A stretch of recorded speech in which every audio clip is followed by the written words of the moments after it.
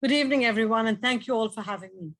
I'm delighted to support this initiative to progress the important issue of childcare in our great state. As some of you know, I co-chaired the Reopen Connecticut Committee during the pandemic. While in that seat, I noticed a couple of key points relevant to the discussion here today. One is that we began to call our frontline workers essential workers, and we applauded these nurses, caregivers, and cashiers for their work. But we also struggle to provide them with the infrastructure to sustain their lives at home. Some went days without seeing their families or faced unpredictable work hours that limited their ability to afford childcare. This scene plagued me. More than 2 million women in the US left their jobs during the pandemic, many because they just couldn't manage the combination of their paid work and looking after their kids. It is no surprise the topic of childcare is becoming more salient in our public conversations. It is a crisis. How can we truly prosper if half of our talent base is forced to drop out or take a step back from the workforce? Families are core to our society, but somehow they're also viewed as fringe. I believe it is now our duty to talk about the economy with the realities of family at the center and to work to provide support for families wherever possible. I've seen the importance of the care ecosystem in my own life. In the early days of my husband's and my career, we were fortunate enough to find family friends who could babysit my eldest daughter while we were at work.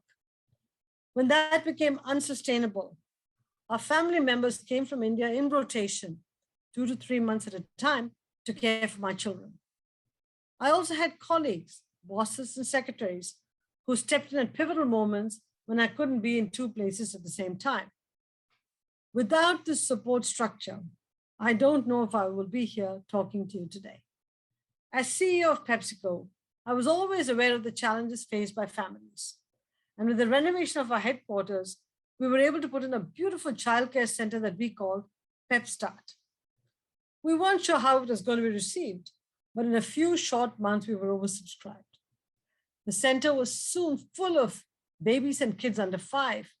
And even though we asked employees to pay for the service, the impact on our employees and our company was immediate and lasting.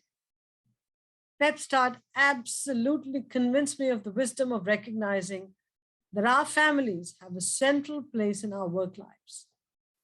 It's my hope that public and private leaders can work together to ensure this level of support for every child.